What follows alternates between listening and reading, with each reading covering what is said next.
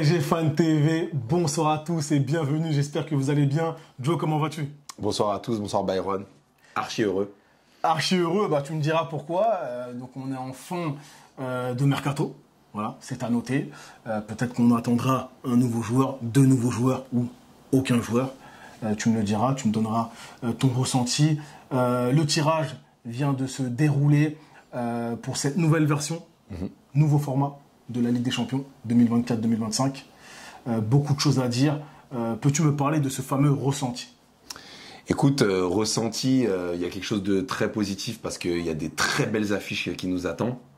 Donc ça, c'est pour le côté équipe. Après, le côté nouveau format, très content d'avoir plus de matchs. Du coup, on passera à 6. Minimum, on passe à 8, voire 10. Par contre, il y a un peu cette injustice de se dire que voilà, on est sur un championnat à 36.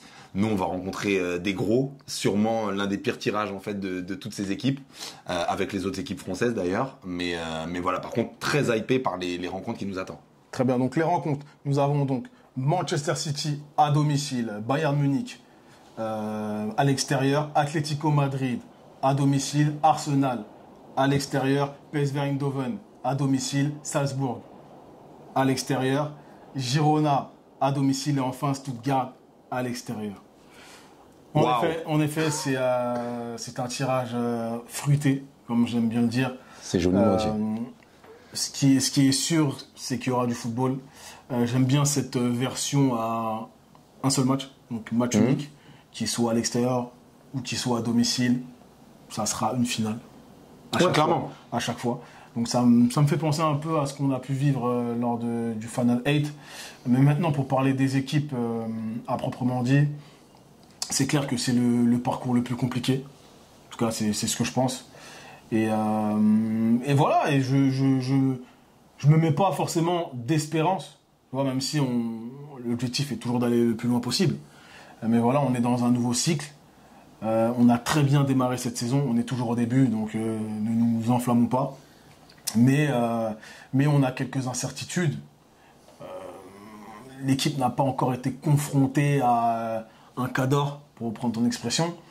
Donc voilà, je reste, pour moi, feuille presque blanche.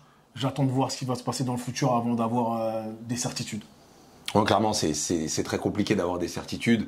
En plus, même si ce nouveau PSG qui, en 2 matchs, met 10 buts, des joueurs qui viennent d'arriver comme João Neves qui est déjà à 4 passes décisives, Barcola qui est déjà à 3 buts. Donc, tu as quand même des très bons indicateurs, des green flags comme on dit, qui sont très positifs. Après, le PSG a souvent fait des très bons démarrages, parfois pour le confirmer, parfois pour moins le confirmer.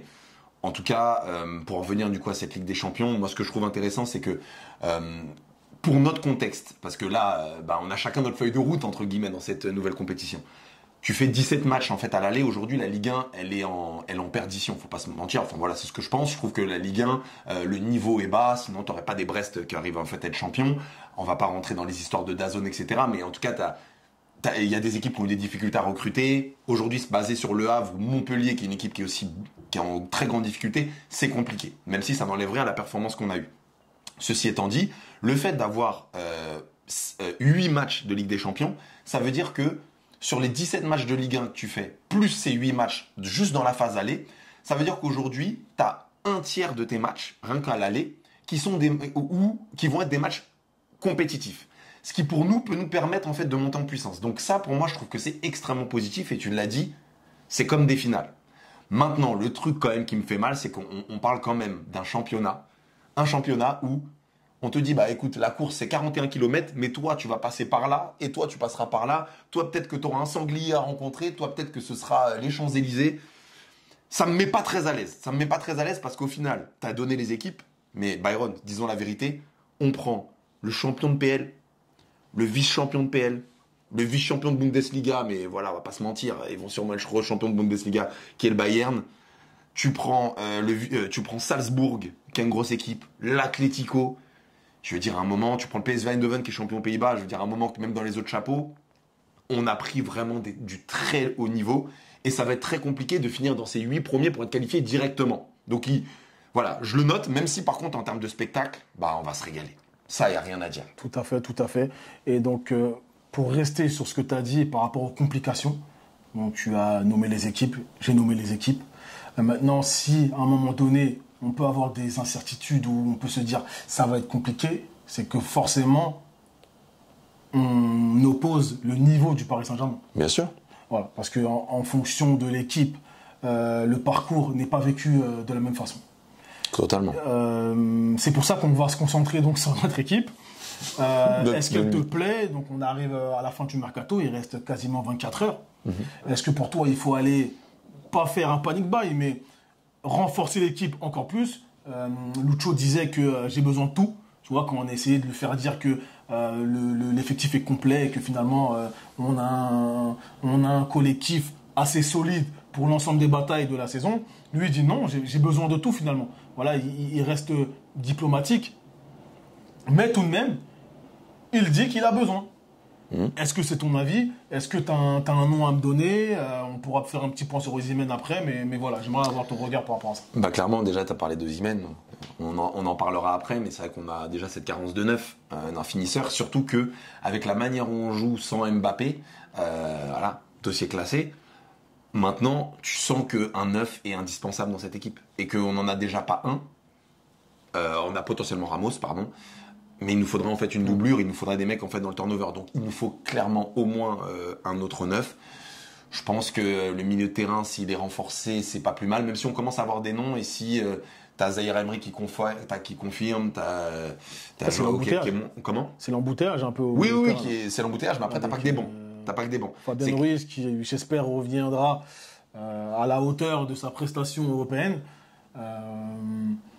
T'as nommé Neves, t'as nommé WZE, t'as nommé qui d'autre? Vitinha, ça fait du monde. Non, ça fait du monde. Mais après, quand tu regardes les équipes, les meilleures équipes aujourd'hui au monde, Manchester City, tu regardes le Bayern, tu regardes le Real, ils ont deux équipes de titulaires quasiment. Et je pense que là où c'est pas bête ce qu'il dit, c'est que c'est ce qu'il veut. Il veut en fait une vraie compétitivité. Et là, tu te rajoutes des matchs en fait avec cette Ligue des Champions. Donc moi, je suis totalement d'accord avec lui que si tu peux doubler quasiment tous les postes, tu vois, moi je m'inquiète aussi un peu pour nos mine de rien en fait à la place de Nuno Mendes, à la place d'Hakimi, on parle de vendre Mukiele, etc. Moi, je trouve qu'on a aussi en fait à renforcer. Il est prêté. Il est prêté exactement. Donc on a aussi en fait à se renforcer à ce niveau-là parce que c'est des mecs qui pourront pas tenir toute la saison. Donc au-delà de parler en fait des titulaires, oui le 11, tu pourrais dire il y a un 11 qui se dégage, tant mieux. Faut penser au banc de touche. Et ça nous a fait trop souvent défaut dans les autres saisons pour que je sois pas d'accord avec lui sur ce point. Tout à fait. Et pour revenir sur Mukiele, il a été prêté au Bayern Leverkusen. Voilà. Donc jusqu'à juin 2025, sans option d'achat. Osimhen, d'après Romano Fabrizio, il n'y aura pas de seconde offre du Paris Saint-Germain. Donc il semblerait qu'il ne viendra pas au PSG. Sancho out. Sancho out également. Ouais. Qui est disponible? Qui est disponible? Que peut-on faire? Voilà, après, peut-être qu'on va partir comme avec l'effectif actuel et on verra ce qui va se passer. Moi, je pense que c'est ce qui va se passer. Je te dirais presque malheureusement, parce qu'il n'y a plus trop de gros coups en fait à faire. Même si j'étais pas pour, même Cherki en fait c'est out. Enfin, il y a plein de dossiers en fait aujourd'hui qui sont terminés. Je pense qu'on va devoir composer. Après, la question aussi c'est de te poser, c'est de notre ambition. On parle souvent en fait qu'on est en reconstruction. On parle souvent qu'on va aller la chercher. Moi aujourd'hui, quand je vois la compétitivité du Real, quand je vois comment le Bayern en fait s'est renforcé, etc. Je pense que déjà finir en dernier carré, entre guillemets, à nouveau, voire quart de finale si tu rencontres un Cador comme Manchester City justement en quart de finale, ce serait déjà un très beau parcours pour ce PSG en reconstruction. C'est la manière sur laquelle on va arriver et pas de se dire qu'on peut aller au bout parce que aujourd'hui, je pense qu'il y a vraiment plus fort que nous. Après, on peut toujours faire des coups. Le football, c'est ça, c'est pour ça qu'on l'aime. Mais tu vois, sur le papier, tout à fait. Il y a plus fort que nous. Il y a plus fort que nous. Je vois même, ne serait-ce qu'Arsenal, ils me font penser à nous. Mais en plus mature. Oui, parce que plus de continuité. Exactement. Voilà, un entraîneur qui est là maintenant depuis quelques années. Et 3-4 ans, ouais, exactement. Des joueurs également. Des petits joueurs qu'on voit comme petits joueurs qui sont maintenant, c'est confirmé. Voilà, une charnière centrale mature. Exactement. Et on tend à aller vers ça quelque part. Voilà. On ressemble un peu à ce projet d'Arsenal avec notre contexte qui est un peu différent. Mais voilà, il faut juste se dire on est à notre place et que, allez, si on peut aller péter cette nouvelle Ligue des Champions, on sera ravis de le faire. Mais voilà, on ne peut pas trop demander, surtout sur un marché qui est particulièrement maigre. Hein. Moi, j'ai trouvé que le marché des transferts, il était pauvre. Pauvre en neuf, pauvre en milieu de terrain. Nous, on a besoin en plus de joueurs confirmés.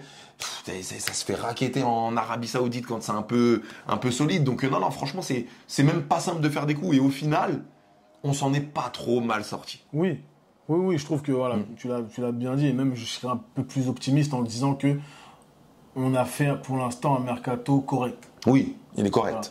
Ouais, il est correct et il semblerait que les recrues n'aient pas besoin d'adaptation.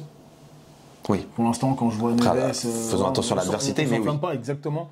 Mais il montre des signes très très positifs pour l'avenir. Ouais, clairement. Donc oui, on espère tous qu'on fera une top saison. Voilà, il n'y a pas à être rassuré ou rassuré ou non rassuré par ce tirage. Pas d'inquiétude, donc.